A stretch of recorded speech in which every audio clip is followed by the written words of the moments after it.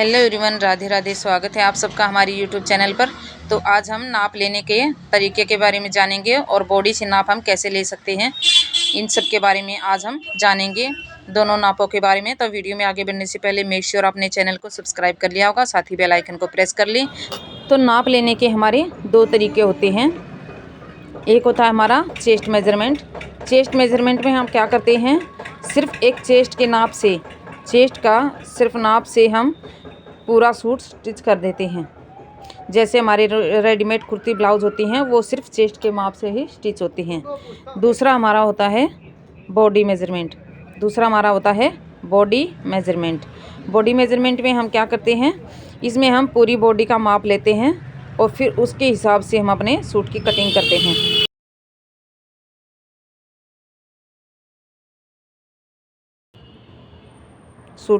करते हैं।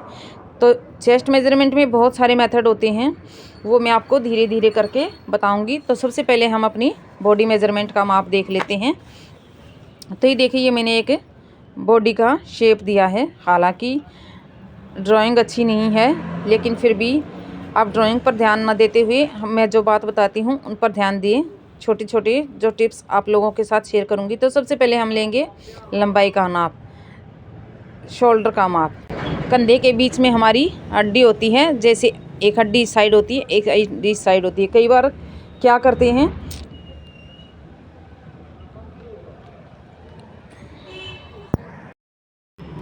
तो यहाँ मैंने एक ड्राइंग कर रखी है। ये देखो, ये हमारी ड्राइंग है। यहाँ मैं आपको माप लेना बताऊंगी।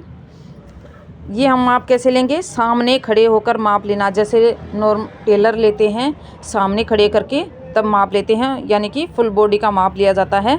उसमें हम यहाँ पर इस तरह से माप लेंगे। तो यहाँ हम सबसे पहले हमारे कंधे के बीच में दो हड्डियाँ होती हैं। एक हमारे यहाँ पर ये हमारी दो हड्डियाँ होती हैं। कई बार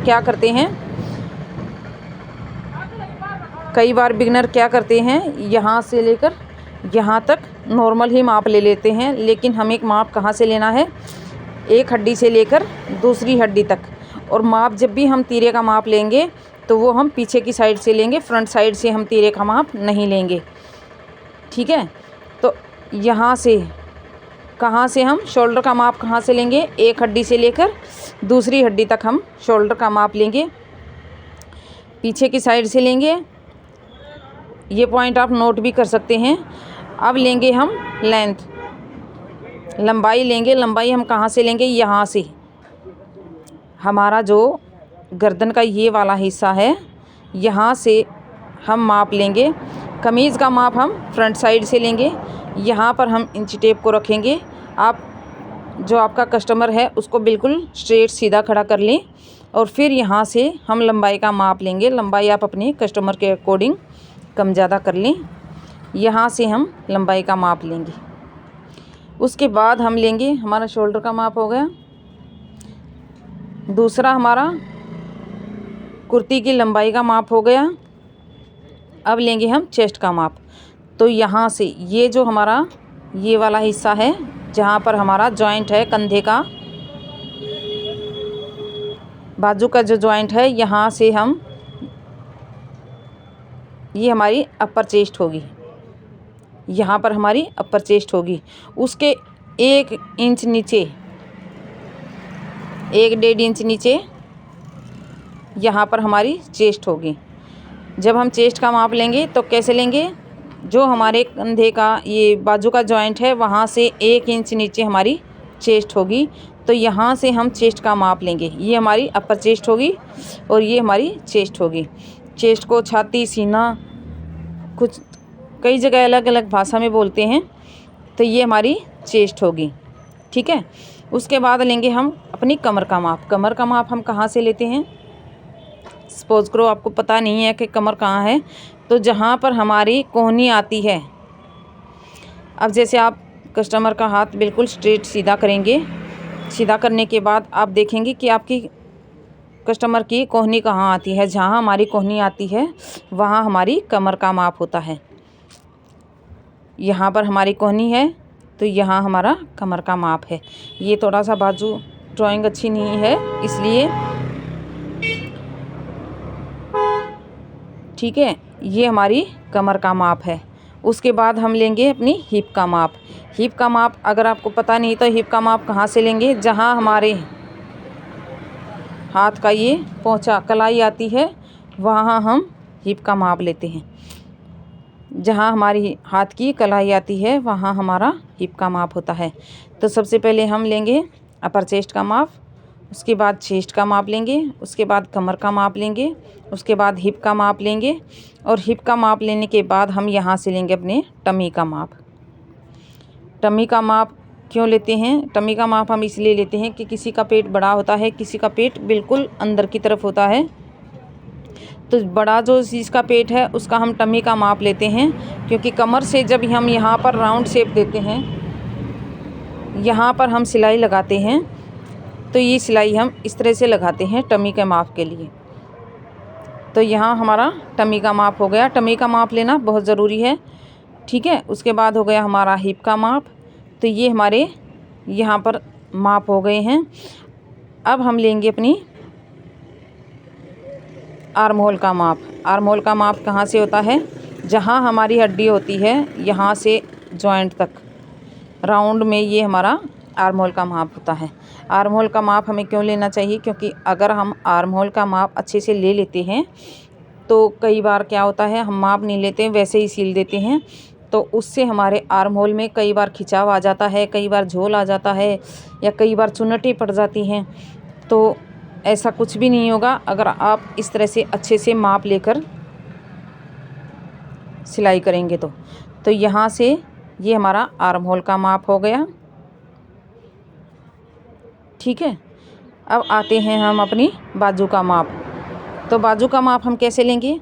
अब जैसे यहाँ हमने तीरे का माप लिया था हड्डी से, अब हड्डी से ही हम अपनी बाजू का माप लेंगे। बाजू की लंबाई अगर आपको हाफ़ करवानी है तो हाफ़ लें, पौना इंच करवानी है तो यहाँ से जो हमारी कोहनी है उससे 3 इंच नीचे, यहाँ पर पौना इंच है, यहाँ पर फुल स्लीव का है। तो जैसे आपके कस्टमर की डिमांड हो उस हिसाब से आप बाजू का माप लें। तो बाजू का माप हम कहाँ से स्टार्ट करेंगे? इस हड्डी से, जो हमारी